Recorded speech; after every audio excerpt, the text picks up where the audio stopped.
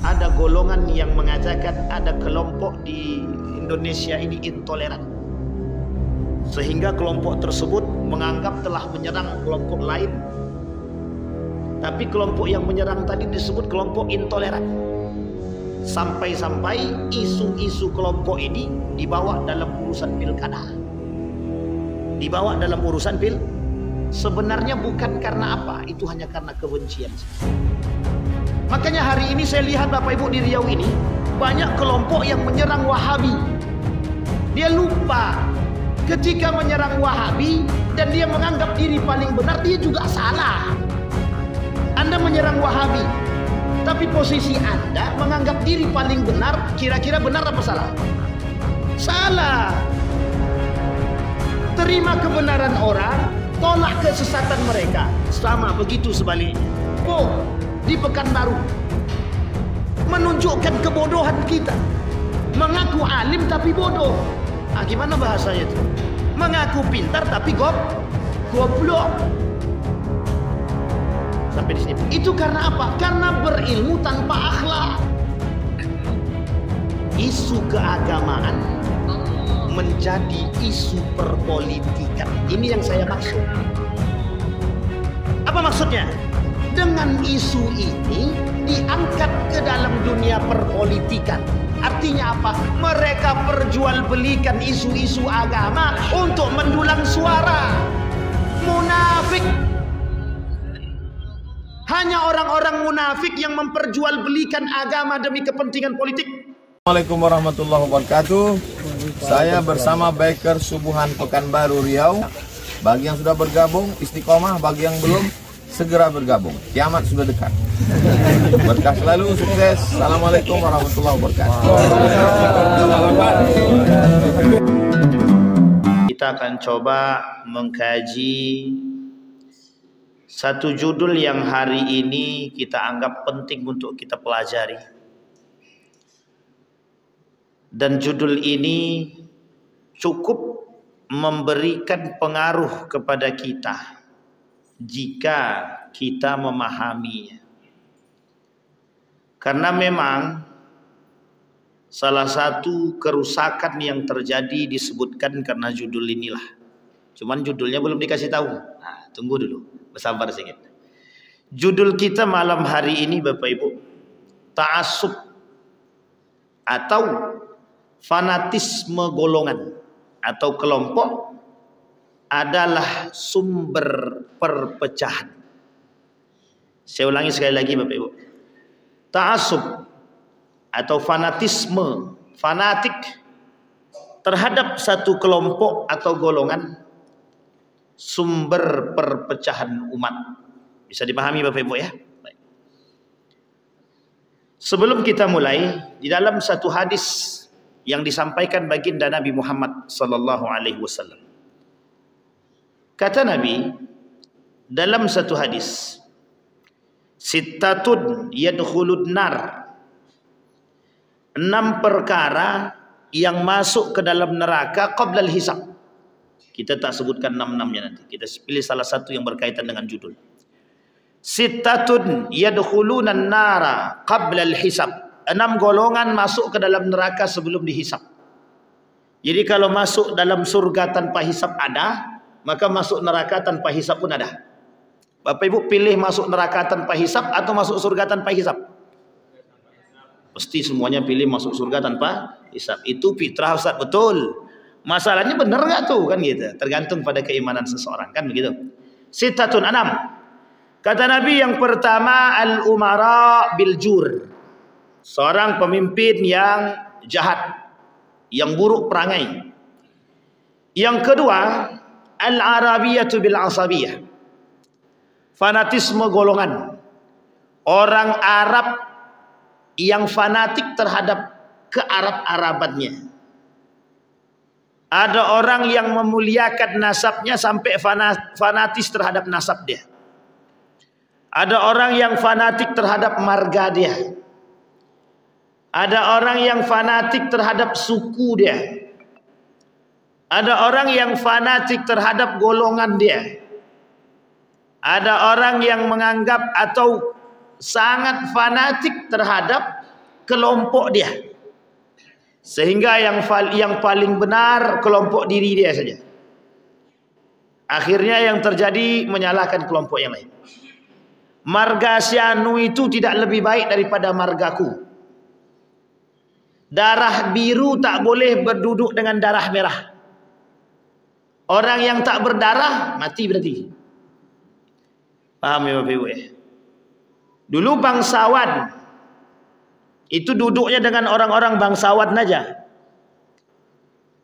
Kalau orang miskin duduknya dengan orang miskin aja. Orang yang menengah duduk bersama menengah saja. Sehingga terjadi diskriminasi. Diskriminasi yang terjadi itu menyebabkan daripada perpecahan antar umat. Orang kaya duduk bareng orang kaya saja. Sehingga terjadi kajian-kajian ibu-ibu sosialita. Jadi yang tak sosialita tak bisa masuk. Atau bapak-bapak sosialita. Ada bapak-bapak sosialita. Ini cuman pengajian para pejabat. Yang tidak pejabat, tak usah ikut. Misal. Atau fanatik terhadap golongan. Aku mazhabnya Syafi'i. Berarti aku orang NU. Selain daripada orang-orang NU tak usah masuk. Atau sebaliknya. Orang NU adalah orang paling benar. Kata Muhammadiyah lah yang paling benar. Kata teman-teman Salafi, kami yang paling benar. Kata Syiah, aku juga paling benar. Kata orang liberal, yang paling benar tuh kami. Sehingga yang terjadi apa? Yang terjadi adalah perpecahan. Tak ada namanya persatuan. Yang timbul adalah dengki. Yang timbul adalah iri hati. Yang timbul adalah saling menjelek-jelekkan antara satu dengan yang lain. Pokoknya jangan coba-coba jamaah itu ikut Salafi, Wahabi, merusak. Kebencian yang tertanam bisa membuat diri dia lupa dengan diri dia sendiri. Akhirnya apa? Dia jelekkan kelompok yang lain, tak sadar kalau kelompok dia juga jelek. Kenapa? Karena ketika dia menjelekkan orang-orang lain, secara otomatis dia telah menjelekkan diri dia sendiri. Kita ambil contoh. Si anu itu perangainya buruk, disampaikannya kepada orang lain. Bahwa si Bang Jidin itu orangnya jelek, pendek, hitam, pezina, pemabuk. Disebarkan luas. Tak sadar dia bahwa dia sedang menghina diri dia sendiri. Dalam satu ayat Bapak Ibu, bahkan di dalam satu hadis yang lain, umat muslim itu dengan muslim yang lain itu bersaudara. Jadi kalau ibu menjelekkan muslim yang lain, bapak menjelekkan muslim yang lain, itu sedang menjelekkan diri sendiri sebenarnya. Sedang menjelekkan diri sendiri. Tapi yang terjadi hari ini, kata para ulama, fitnah akhir zaman. Fanatisme, asabiyah, itu adalah fitnah akhir zaman yang kelak menimbulkan perpecahan di antara umat muslim itu sendiri. Bapak Ibu boleh lihat hari ini, saling membenci antara satu dengan yang lain. Yang membenci siapa? Umat muslim. Yang dibenci siapa? Umat muslim. Loh, orang kafir tertawa dia. Kata dia. Membenci aja lah kalian, biar kami mudah aja. Yang satu memburukkan yang lain, yang satu memburukkan yang lain. Yang diburuk-burukkan, memburukkan yang lain. Yang diburukkan, memburukkan yang satu lagi. Apa kata orang yang menonton? Kami nonton aja lah. Berantem kalian mati, kalian senang kami yang ambil posisi. Itulah hari ini keadaan kita. Kenapa? Dalihnya cuma satu sebenarnya, Pak. Taklid buta atau fanatisme tanpa ilmu. Dia fanatik tanpa ilmu. Di dalam Islam ada fanatik yang dibenarkan, ada fanatik yang tidak dibenarkan. Kalau seorang agamawan tidak fanatik terhadap nilai-nilai agama, maka perlu dipertanyakan.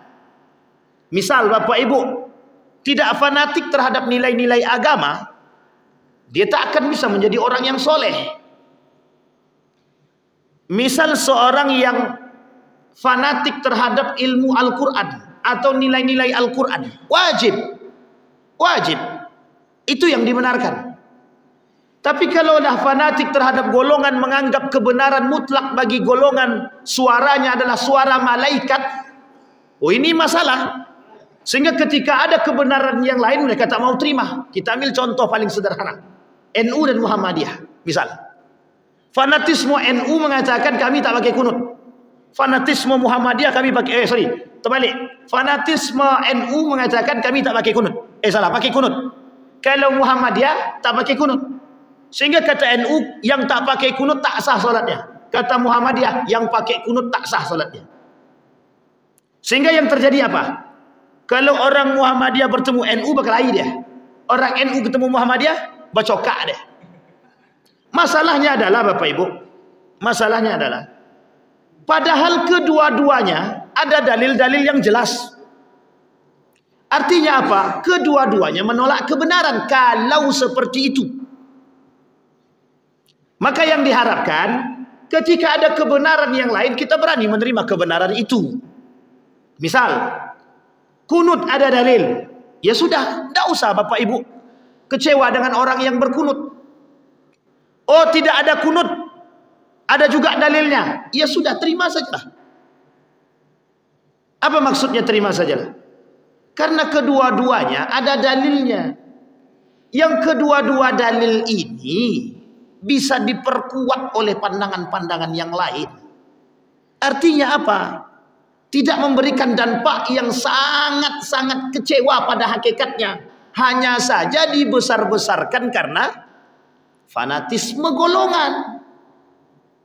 Sampai di sini bisa dipahami ya Bapak Ibu. Ini yang menjadi masalah. Ketika NU dijelek-jelekkan, wah itu semuanya muncul. Kami tak suka dijelek-jelekkan. Padahal mungkin dah NU itu salah. Bapak Ibu, mungkin dah NU salah. Kalau tak mungkin dia salah berarti Tuhan dia tu. Mungkin tak Muhammadiyah salah. Kalau seandainya Muhammadiyah tidak mungkin salah berarti Tuhan. Sampai di sini paham Bapak Ibu? Ada kemungkinan salah dari NU, ada juga kemungkinan salah dari Muhammadiyah. Lah sekarang ada kelompok yang mohon maaf menganggap diri mereka benar secara mutlak, yang lain salah secara mutlak. Itu muskilah. Yang uniknya lagi, satu golongan menyerang golongan yang lain tadi menyerang balik. Akhirnya apa? Saling serang menyerang. Mohon maaf, yang diserang Muslim, yang menyerang juga Muslim. Makanya apa yang terjadi? Neraka kami siapkan untuk kedua-duanya. Neraka disiapkan oleh Allah untuk kedua-duanya. Kita respon Bapak Ibu. Kejadian yang baru terjadi, biar Bapak Ibu tidak ikut-ikutan. Biar Bapak Ibu tidak ikut-ikutan. Apa itu? Ada golongan yang mengatakan ada kelompok di Indonesia ini intoleran. Sehingga kelompok tersebut menganggap telah menyerang kelompok lain.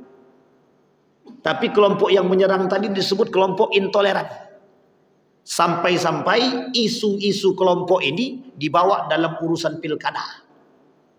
Dibawa dalam urusan sebenarnya bukan karena apa, itu hanya karena kebencian saja. Kalau secara keimanan kita berbicara, kita pasti bisa menerima. Madhab itu ada 4. Ada Hambali, ada Maliki, ada Hanafi, ada Syafi'i. Kalau kita katakan rata-rata orang Indonesia mazhabnya Syafi'iyah, itu sebenarnya sebagian. Karena sebagian lagi mereka mengikut gaya ibadahnya bukan Syafi'iyah. Kita ambil contoh zakat. Itu zakat mazhabnya Imam Abu Hanifah dan Imam Malik. Bukan mazhabnya Syafi'i. 2,5. Tidak ada 2,5 mazhab Syafi'i. Mazhab Syafi'i 2,5 itu untuk apa? Beras. Kalau duit. Sampai di sini paham ya Pak? Kemudian perempuan-perempuan hari ini mengaku bermazhabkan Syafi'i. Kalau betul bermazhabkan Syafi'i, pakai penutup auratnya yang terbuka cuma tangan, telapak tangan dan muka. Harus pakai kaos kaki. Rata-rata ibu-ibunya nampak betisnya, nampak kakinya, nampak tangannya sampai di sini nampak. Itu mazhab siapa? Imam Abu Hanifah. Bukan mazhab Syafi'i. Artinya apa? Masih banyak amaliyah-amaliyah yang kita anggap Syafi'iyah, pada hakikatnya bukan Syafi'iyah. Artinya apa? Uang kita yang bermadzhabkan Syafi'i masih bisa bertoleran dengan mazhab yang lain yang kita pakai. Loh, kenapa orang lain yang bermadzhabkan yang berbeda dengan kita tak bisa kita terima? Sampai di sini bisa dimengerti Bapak Ibu ya. Ini penting. Yang ingin kita angkat Bapak Ibu hari ini, perlu adanya kecerdasan dan keimanan. Berilmu itu wajib, beriman juga wajib. Jangan berilmu tapi tak beriman. Akhirnya apa? Allah yang menghinakan. Kita ambil contoh Bapak Ibu. Kita pura-pura tahu, seolah-olah kita mengerti tentang satu kelompok. Kita sampaikan kelompok tersebut di hadapan orang, pada hakikatnya kita tidak tahu secara murni. Akhirnya apa? Ditertawakan orang. Malu apa tak malu? Kita berbicara tentang satu kelompok yang kita anggap berbahaya. Wong kita nggak mengerti kelompok itu. Bagaimana cara kita mau berbicara tentang itu? Sampai di sini bisa paham ya Bapak Ibu. Nah, ini masalah kita Bapak Ibu. Ada fanatisme yang dibolehkan, yang dibenarkan. Ada fanatisme yang tidak dibenarkan. Dalam bahasa lain ada juga taklid yang dibolehkan, ada taklid yang tidak dibenarkan. Kalau taklid dengan ilmu boleh, ittiba. Tapi kalau taklid buta, datang bisikan kepada kita misalkan, halo Bang Didi, nanti tolong sampaikan ABCD ya, tentang ABCD, nanti programnya gini. Kita tidak tahu program itu, kita tak tahu kelompok itu, kita terima mentah-mentah, kita sampaikan depan khalayak ramai, tertawa khalayak ramai. Lah kok bodoh kali gitu deh. Artinya apa? Mempermalukan diri sendiri.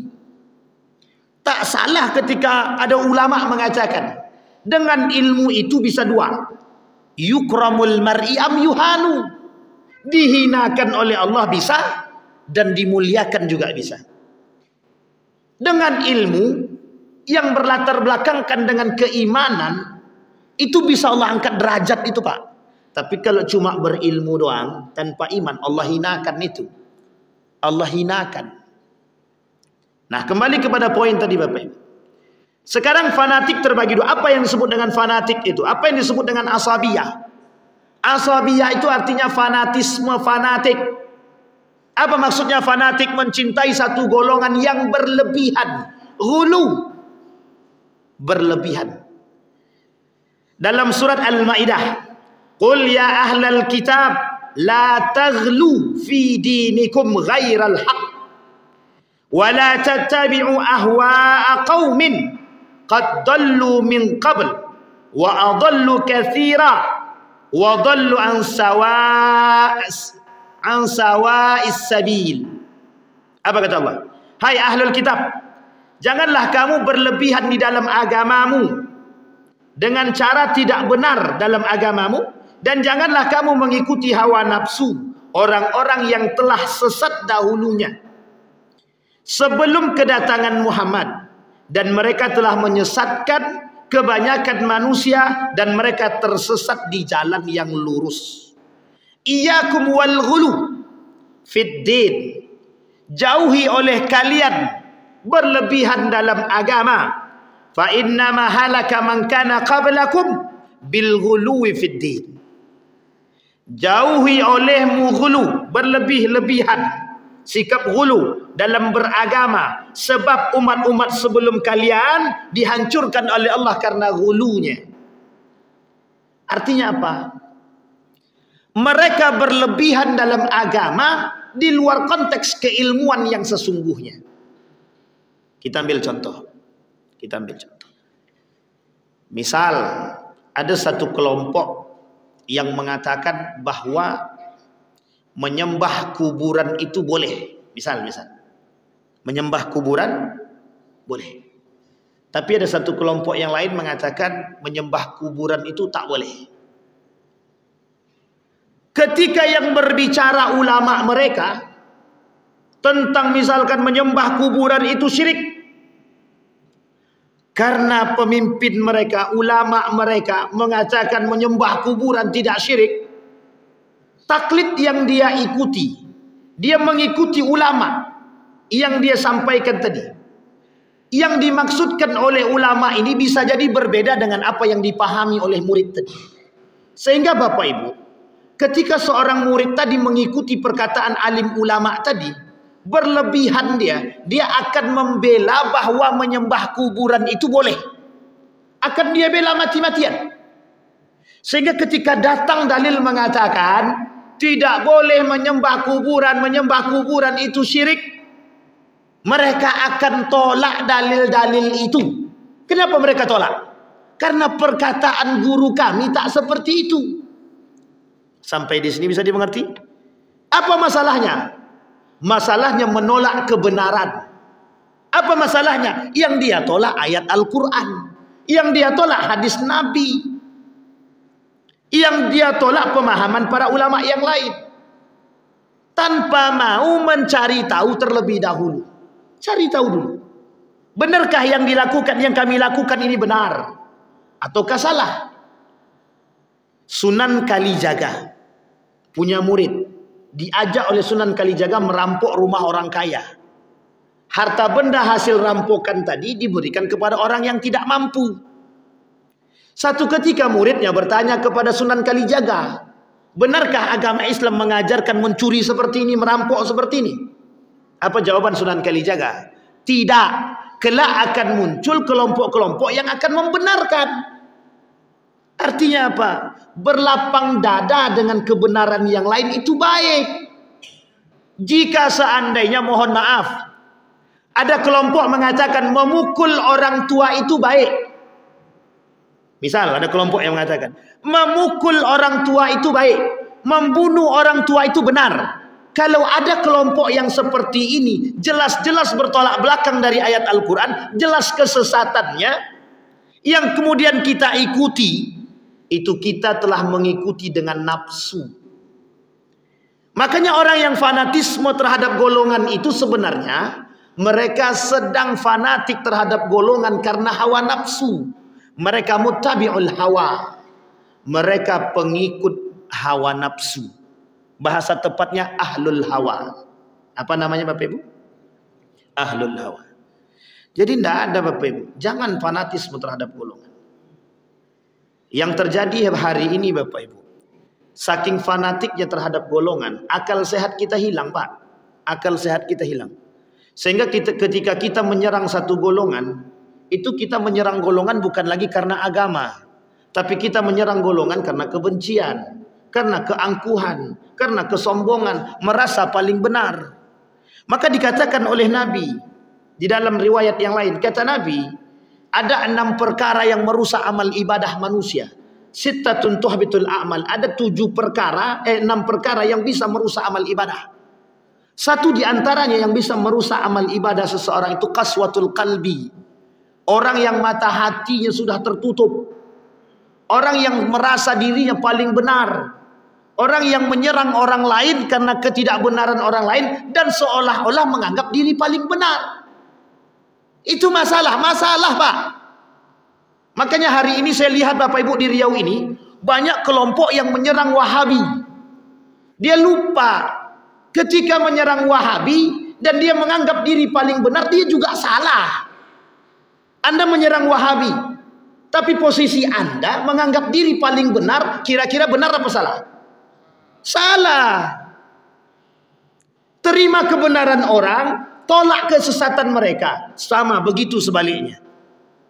Tolak kesesatan kita, terima kebaikan kita dan kebenaran kita.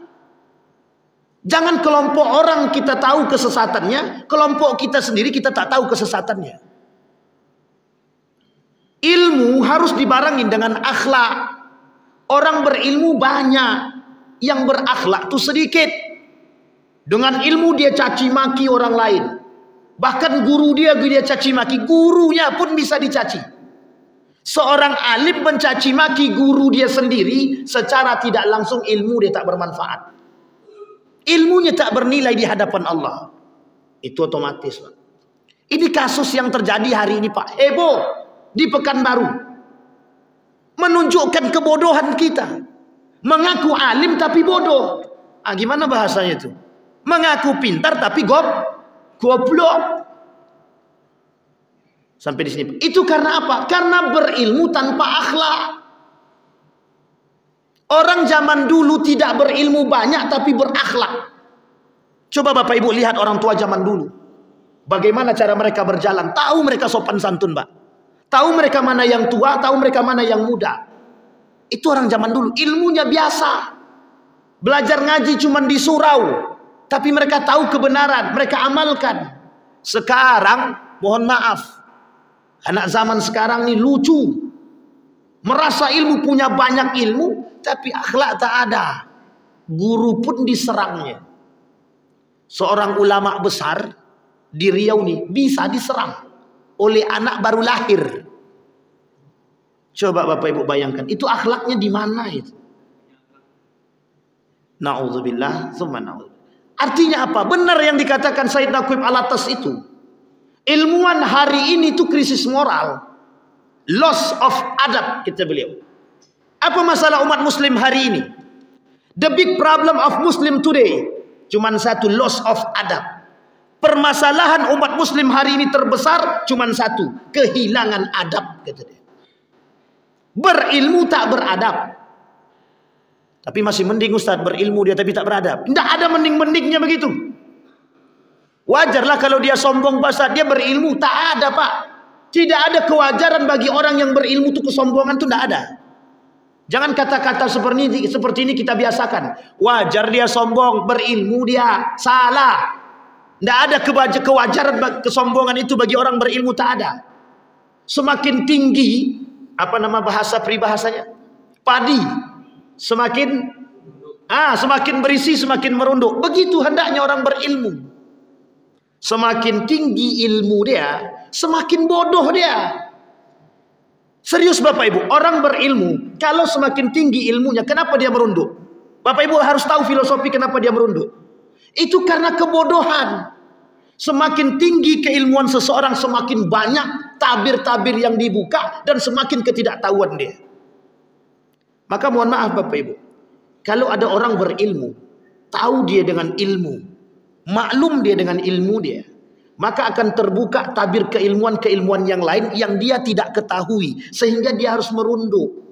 Kenapa? Malu dia ketika dia mengatakan diri dia berilmu. Kenapa? Masih banyak keilmuan-keilmuan yang lain yang dia tidak mengerti. Itu tabir yang sebenarnya. Ini bukan semakin banyak dia tahu, semakin mantap dia. Semakin tegak kepala dia, semakin tegak pula bahu dia. Sehingga mohon maaf, yang dia serang, yang dia caci, yang dia maki, orang yang lebih alim daripada dia. Nah, ini musilah kita. Sama Pak, fanatisme terhadap golongan harus dibarengi dengan ilmu Pak.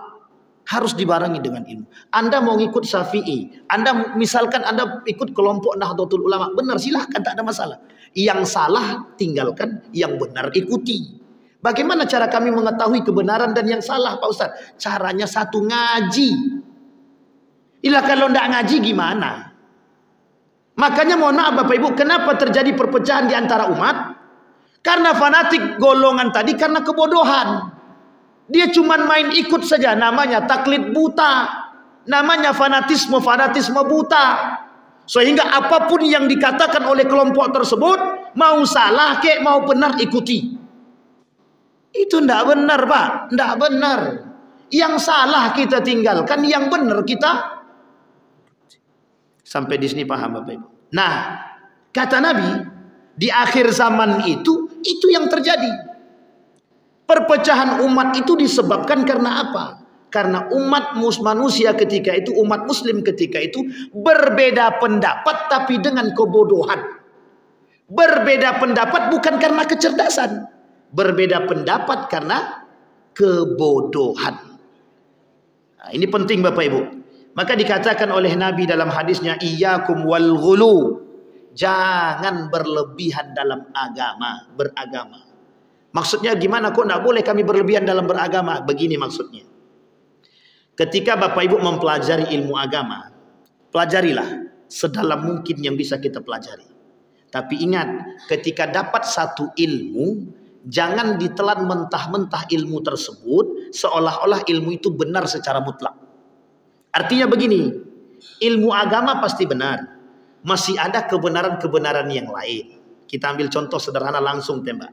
Misal, ibu-ibu bilang, ada hadis mengatakan perempuan itu diharamkan pergi dilaknat oleh Allah perempuan-perempuan itu ziarah kubur.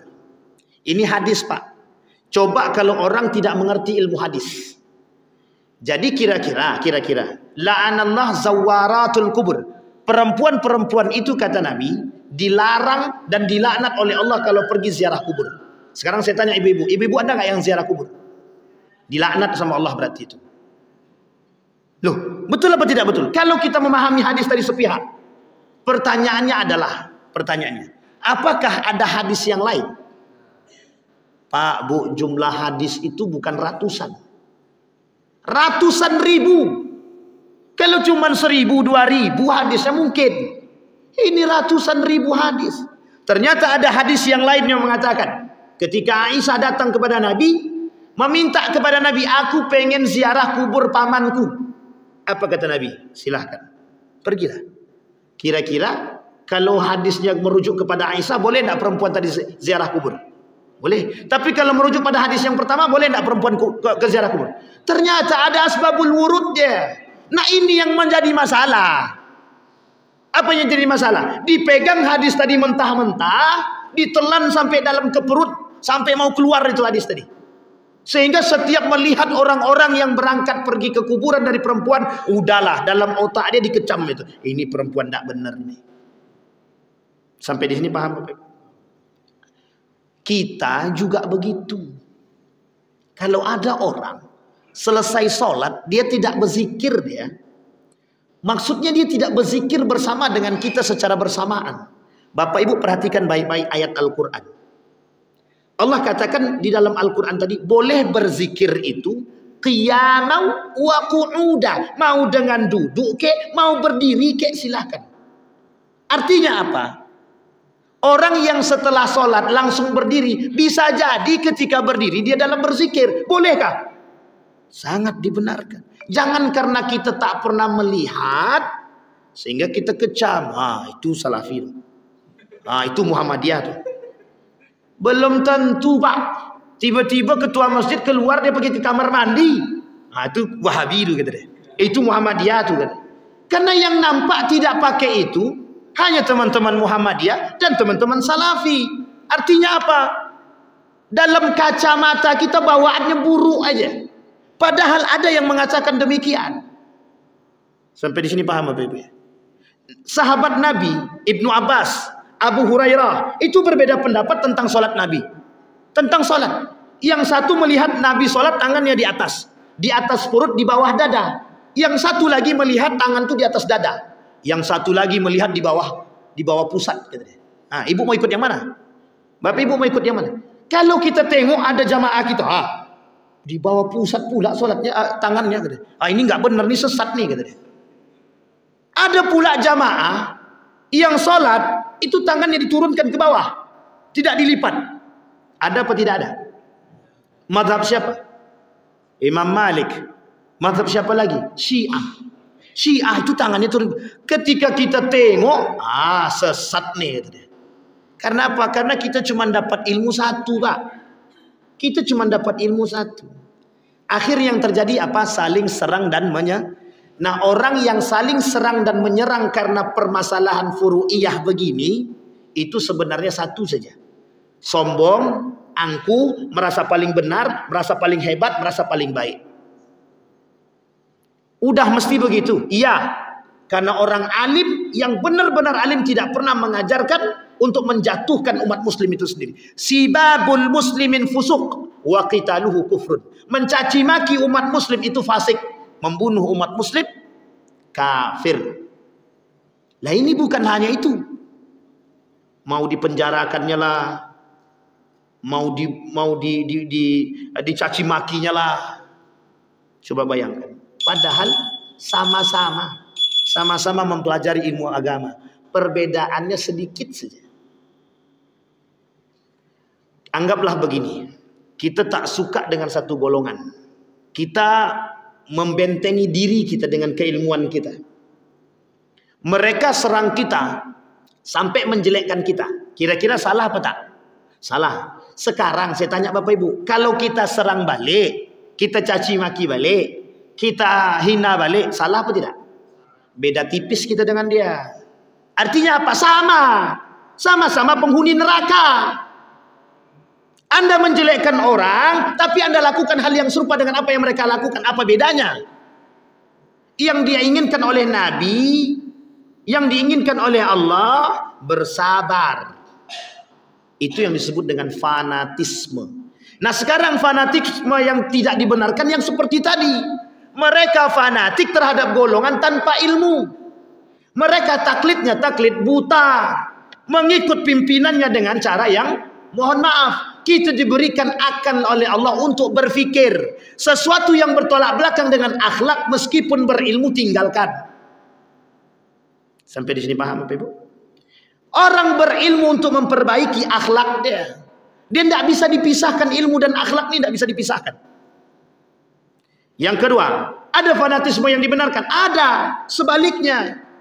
Berfanatisme terhadap golongan tapi dengan ilmu boleh. Mempertahankan argumen dengan ilmu untuk menjaga kemaslahatan golongan boleh, sangat boleh sekali. Anda mempertahankan marwah golongan dengan ilmu yang Anda miliki sangat dibenarkan. Sampai di sini bisa dipahami. Baik. Yang tidak kita inginkan sekarang, ini poinnya Pak, ini poinnya. Yang tidak kita inginkan hari ini. Isu keagamaan menjadi isu perpolitikan. Ini yang saya maksud. Apa maksudnya? Dengan isu ini diangkat ke dalam dunia perpolitikan. Artinya apa? Mereka perjualbelikan isu-isu agama untuk mendulang suara. Munafik. Hanya orang-orang munafik yang memperjualbelikan agama demi kepentingan politik. Mereka dibenarkan memperjuangkan agama, tapi bukan memperjualbelikan agama. Memperjuangkan. Ini mereka hanya memperjualbelikan isu agama. Sampai di sini paham Bapak Ibu ya? Ini yang kita tak inginkan. Sehingga mohon maaf, tujuan mereka pada hakikatnya bukan membela agama, tapi tujuan mereka pada hakikatnya membela golongan, membela kepentingan, membela kekuasaan. Allah sebutkan di dalam Al-Quran, wala tashtaru bi ayati thamanan qalila. Jangan kalian samakan agama kami ini dengan harga yang tidak senilai, kata Allah. Murah sekali agama Allah itu kalau diperjualbelikan. Saya sudah pernah sampaikan di sini Bapak Ibu, isu agama adalah isu bulanan, isu musiman. Kenapa saya katakan isu musiman? Hanya muncul ketika pilkada, pilpres, pileg. Setelah itu tak ada muncul lagi. Sampai di sini paham Bapak Ibu ya? Muncul lagi kapan? Kalau sudah ada kepentingan. Kalau dah tak ada kepentingan, hilang begitu aja. Hilang kisah. Nak Wahabi ente, nak NU ente, nak Muhammadiyah ente, nak Persis ente, siapapun ente lantak. Asal ada kepentingan bagi kami selesai. Di mana letak perjuangan mereka? Tidak ada Pak. Tidak ada. Kita capek, kita rusak, melakukan perbuatan-perbuatan tercela. Dengan gagah kaum liberal mengatakan, kami berhasil merusak umat-umat muslim. Kami berhasil menjadikan umat-umat muslim munafik terhadap agama mereka. Kami berhasil membuat mereka berpecah belah antara satu dengan yang lain. Masjid ini cuma miliknya kami. Masjid sono milik IU. Masjid kami dan masjid IU tak bersamaan. iu sesat, kami benar. Kata yang di sono, iu sesat, kami juga benar. Artinya apa? Saling menyesatkan antara satu dengan yang. Pertanyaan kita adalah, terjadikah itu pada masa baginda Nabi? Terjadi. Namanya Masjid Dirar, yang sengaja dibangun untuk menghancurkan baginda Nabi Muhammad SAW. Kalau ada masjid seperti itu, kalau ada umat muslim seperti itu, beda tipis dengan sejarah-sejarah Bapak Ibu. Hari ini yang perlu kita angkat kecerdasan dengan keimanan. Kita yang harus cerdas, Pak. Oh, berbeda pandangan silahkan. Oh, sekarang ini lagi musim nih kan, lagi musim nih, pemilihan pilkada. Bapak mau pilih nomor 12 silahkan. Mau pilih nomor 31 silahkan. Oh, nggak ada Ustaz. Oh ya, nggak ada memang. 01, 02, 03, 04, 05, 06, 07 silahkan. Mau 0 berapapun Bapak ini mau pilih silahkan. Yang penting Pak, Bapak Ibu memilih dengan iman, memilih dengan ilmu, memilih dengan akhlak. Kalau 3 ini Bapak Ibu sudah kedepankan dalam memilih, yang berbicara hati. Tapi kalau Bapak Ibu memilih dengan nafsu, itu jelas yang Bapak Ibu pilih itu karena ini. Karena apa Bapak Ibu? Karena piti. Gadangnya Ustaz datang ke rumah dibawanya 1 juta per kepala kata deh. Kami ada 5 orang dalam 1 Ustaz, 5 juta kami dapat kita. Makanya kami pilih Ustaz kita. Astagfirullah. Harga diri satu keluarga itu cuma 5 juta berarti. Cuma 5 juta harga dirinya selama 5 tahun. Coba bayangkan rendah apa tak rendah? Itu baru harga diri dia yang dia jual. Yang kedua yang dia jual harga kehormatan agama yang dia jual. Agama mengatakan haram suap, dia terima. Padahal dia sholat, padahal dia mengaji. Tapi dia terima suapan itu. Iya ya Ustaz, kalau 100.000 kami tolak tuh Ustaz. Kalau 1 juta kami agak ragu sedikit. Iya juga. Kalau sempat 1 miliar, hilang kisah. Masjid-masjid pun dibelinya. Sampai di sini paham ya Bapak Ibu ya? Baik, kembali kepada poin kita Bapak Ibu. Apa yang dikatakan oleh Syekh Yusuf Al-Qardawi tentang ta'asubiyah. Terakhir sebelum kita tutup. Kata Syekh Yusuf Al-Qardawi, sedapat mungkin kita manusia, orang beriman, harus memahami konsep asabiyah dan menolak yang dilakukan oleh orang-orang terdahulu, fanatiknya mereka terhadap golongan mereka, sampai membuat kekejian, kemungkaran dan perpecahan. Itu yang tidak diinginkan oleh agama, kata Syekh Yusuf Al-Qardawi. Kemudian lebih lanjut Yusuf Al-Qardawi mengatakan, seorang muslim wajib taat kepada nilai agama dan menjadikan pedoman kehidupan dengan keilmuan, dengan keimanan dan akhlak. Sehingga mohon maaf, asobiyah mereka, fanatik mereka terhadap keagamaan mereka, terhadap golongan mereka, itu dengan ilmu, dengan iman dan akhlak. Sehingga ketika terjadi perbedaan bisa bertasamuh. Apa tasamuh itu Bapak Ibu? Bisa bertoleransi. Sampai di sini bisa dipahami Bapak Ibu? Kesimpulan akhirnya adalah, yuk sama-sama kita, orang yang mempelajari, orang yang beriman, kita bertasamuh dengan perbedaan. Jangan fanatik terhadap golongan berlebihan. Jangan fanatik terhadap satu kelompok berlebihan. Sama-sama kita menjaga nilai-nilai agama. Sama-sama kita menjaga nilai-nilai Allah. Sama-sama kita menjaga nilai-nilai Rasul Sallallahu Alaihi Wasallam. Kelak kita akan mempertanggungjawabkan apa yang kita perbuat. Mudah-mudahan bermanfaat bagi kita semua. Fa'tabiru ya ulil absar la'allakum tuflihun. Assalamualaikum warahmatullahi wabarakatuh.